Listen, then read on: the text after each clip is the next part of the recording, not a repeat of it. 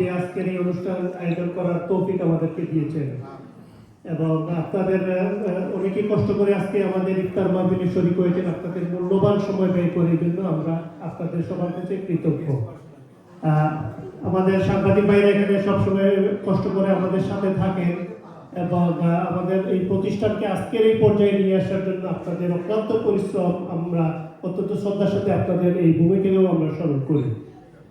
পবিত্র রমজানের মাস, বেশি কিছু বলার নেই। আপনারা জানেন গত 6 বছরের অধিক সময় আমরা বাংলাদেশি কমিউনিটির হিটিং এবং কুলিং এর সেবা দিয়ে আসছি এবং এই সেবা যাতে আগামী দিনে অব্যাহত থাকে সেই আল্লাহ রাব্বুল আলামিনের কাছে সেই দোয়া করি এবং সবাই যাতে ভালো থাকে, সুস্থ থাকেন। রমজান পবিত্র মাস, ইফতার সমাগত, বেশি কিছু বলার নাই।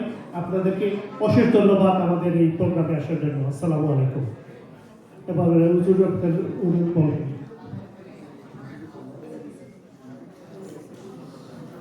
আমরা ইফতারের খুবই নিকটবর্তী সময়ে আছি।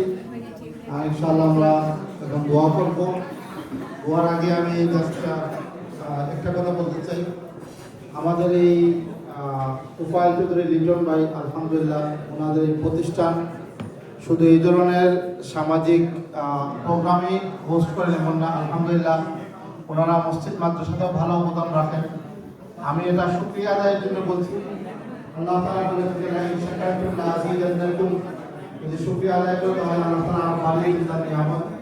এই গত কয়েকদিন আগের ঘটনা, আমরা হয়তো এখানে অনেকে জানেন, আমরা নর্থ ব্রঙ্কসে দারুল আহরাফ নিউ ইয়র্কের একটি জায়গা, স্থায়ী একটি জায়গা কিনে ওখানে আমরা মসজিদ এবং মাদ্রাসা বিল্ড আপ করেছি।